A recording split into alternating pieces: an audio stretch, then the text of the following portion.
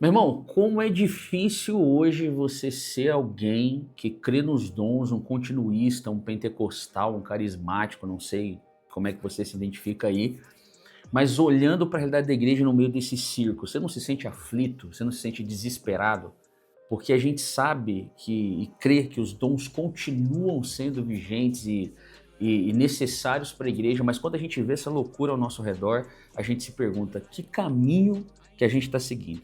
Se você passa por essa aflição, então eu peço que você preste muita atenção nesse vídeo, porque eu vou tratar aqui nesse vídeo justamente desse tema. Eu sou o pastor Cristiano, sou pastor de uma igreja aqui na cidade de Ipatinga, em Minas Gerais, da Igreja Mover, e assim como você, meu querido irmão e irmã, eu também sou pentecostal, carismático, continuista, não sou um cessacionista. E assim como você, eu tenho sofrido demais com tudo o que tem acontecido no meio da igreja, menosprezando os dons e ignorando a realidade bíblica dos dons. Mas por que a gente está passando por um desafio tão grande e por que a gente está enfrentando um problema tão severo quando nós falamos sobre dons? Porque talvez o erro seja nosso em não viver a realidade dos dons baseado naquilo que a palavra de Deus expõe e ensina. Eu quero falar justamente sobre isso aqui. A gente precisa entender e aprender e aplicar o que temos aprendido e entendido da palavra com relação aos dons na nossa própria vida. Eu creio, meu irmão, que a igreja ela continua sendo esse lugar de edificação e para ser edificada ela precisa dos dons, mas não somente dos dons. Ela precisa usar, é, é, cuidar, fazer tudo acontecer através da Santa Palavra de Deus. Então, como é que a gente vai conseguir fazer isso se enquanto a gente tem visto todo esse circo, a gente tem fechado nossas Bíblias, não é? Só que eu quero começar falando com você o seguinte: por que nos nossos dias os falsos profetas eles estão em tão grande evidência? Irmão, não é novidade que os falsos profetas seriam numerosos, tá? Tem um texto que eu separei aqui, 2 Pedro, né? Capítulo 2, versículo 1, que diz o seguinte: assim como no meio do povo surgiram falsos profetas, assim também haverá entre vós falsos mestres, os quais introduzirão dissimuladamente heresias destruidoras, até o ponto de renegarem o soberano Senhor que os resgatou, trazendo sobre si mesma repentina destruição. E aqui eu quero fazer uma primeira, uma primeira reflexão. Se os falsos profetas são numerosos, por que a gente não tem uma lista de falsos profetas na mesa, então? Por que eu e você, como crentes, não identificamos mais os falsos profetas no nosso meio e já colocamos aquelas pessoas que nós entendemos que estão saindo do propósito bíblico como alguém que nós devemos escutar com muito cuidado?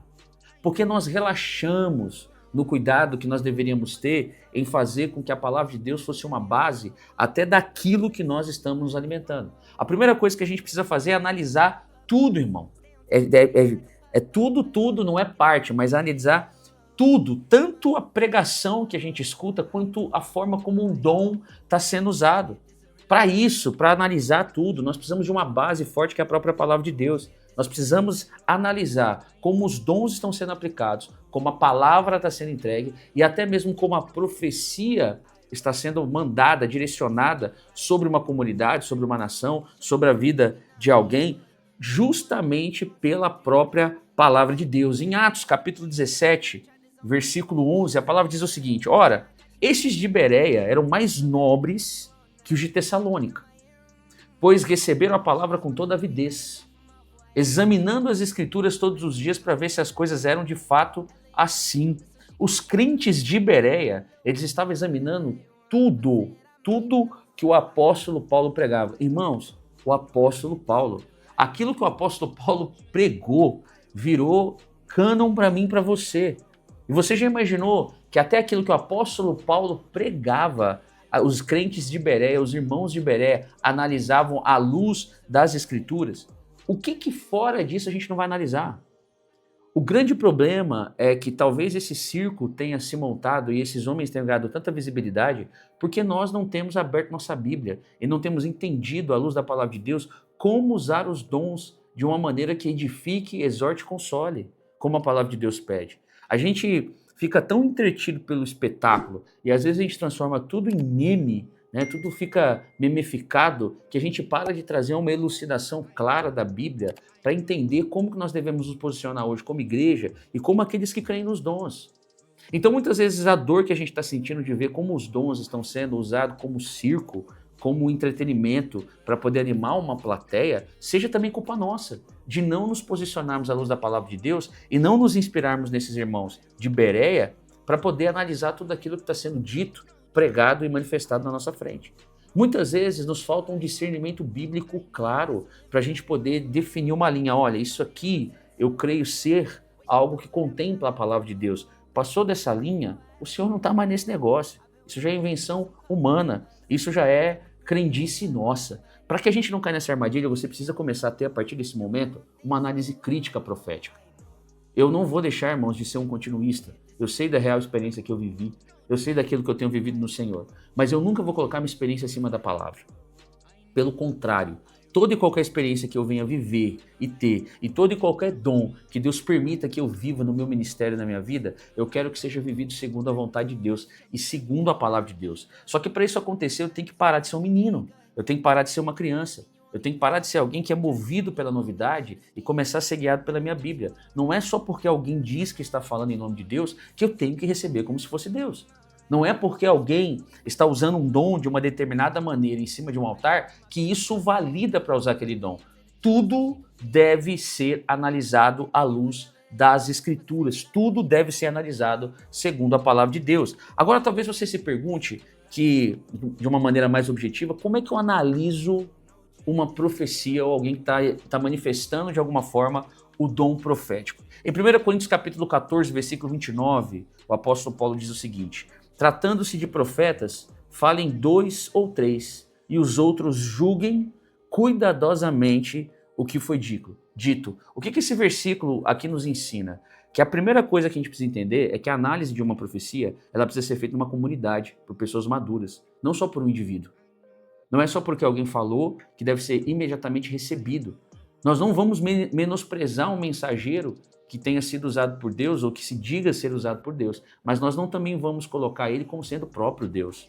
O que a gente precisa entender é que o primeiro passo que a gente dá em um caminho de uma maturidade para examinar uma profecia, já que eu falei um pouco sobre os dons, examinar uma profecia é trazer ela para o coletivo.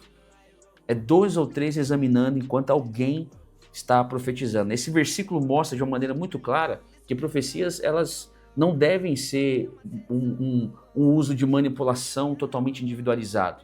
Aí talvez você pode estar se pensando, pastor, mas alguém veio para mim e deu uma palavra para mim, exclusiva para mim, não tinha mais ninguém perto. Pega essa palavra e leva para um irmão maduro para ele, junto com você, analisar. Apresenta isso com outras pessoas a Deus. Eu não estou falando que a entrega não pode ser individual, às vezes pode, mas a análise precisa ser pública. A análise precisa ser coletiva. Então, se você recebeu uma palavra, e talvez você está vendo esse vídeo até frustrado, poxa, lá atrás eu recebi uma profetada que nunca aconteceu, uma palavra sem nexo, sem pé, sem cabeça. Talvez o descuido tenha sido seu de não ter analisado essa palavra de uma maneira coletiva e com pessoas maduras te ajudando a analisar essa palavra. A gente precisa entender um outro ponto importante que está em 1 Tessalonicenses capítulo 5, 19 a 21.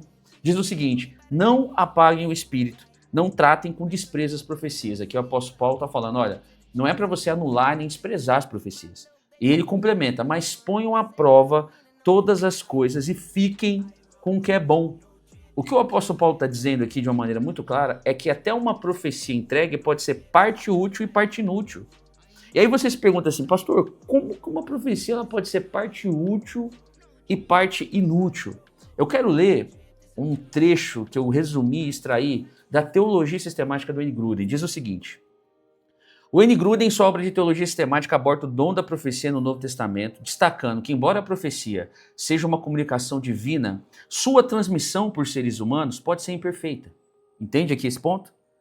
A transmissão por seres humanos de uma profecia que veio do alto, que veio do céu, pode ser imperfeita. Ele argumenta que, diferentemente das escrituras, que são infalíveis, as profecias contemporâneas devem ser avaliadas e julgadas pela comunidade cristã. Conforme instruído em 1 Coríntios capítulo 14, versículo 29, nós já lemos. Tratando-se de profetas, falem 2 ou 3, e os outros julguem cuidadosamente o que foi dito. Grudem enfatiza que a profecia no Novo Testamento não possui a mesma autoridade das Escrituras. Isso é óbvio.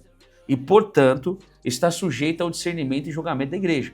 Além disso, o Gruden destaca que o dom da profecia é dado por Deus para edificação, exortação e consolação da igreja, conforme 1 Coríntios 14:3. Ele ressalta que mesmo que a mensagem profética seja inspirada por Deus, sua transmissão pode ser afetada pela compreensão e interpretação humana, o que requer discernimento e avaliação cuidadosa por parte da comunidade cristã. Essa perspectiva de Gruden reconhece a importância do dom da profecia na edificação da igreja hoje, ao mesmo tempo que enfatiza a necessidade de discernimento e julgamento cuidadoso das mensagens proféticas para garantir que estejam alinhadas com a verdade das Escrituras. Que conclusão que a gente chega?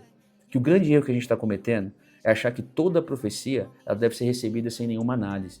E a própria palavra de Deus nos alinha ao contrário. Irmão, você quer parar de dar palco para falso mestre? E você quer parar de dar palco para quem se coloca no altar, devendo ser homem ou mulher de Deus, mas agindo como um palhaço num circo? Você precisa começar a abrir muito mais a tua Bíblia, estudar muito mais ela e analisar tudo segundo a palavra de Deus. Inclusive, até o que eu estou pregando aqui, você deve analisar e você deve julgar segundo a palavra de Deus. Não caia em armadilhas, não esfria sua fé, não deixe de crer nos dons, mas vai para a tua Bíblia, para o teu coração queimar, para a tua vida se reacender e você poder viver esses dons que você com certeza deve ter guardados aí dentro de você, ou ainda vai receber do Senhor dentro de uma realidade bíblica. Que Deus te abençoe, que Deus te guarde, que Deus te use poderosamente em nome de Jesus. Não esquece de se inscrever, curtir e compartilhar esse conteúdo. Quanto mais pessoas tiverem acesso a esse conteúdo e puderem ser edificados como você foi, melhor é. Isso também ajuda o nosso trabalho aqui nesse canal para poder edificar mais vidas, quantas vidas assim o Senhor permitir. Deus te abençoe.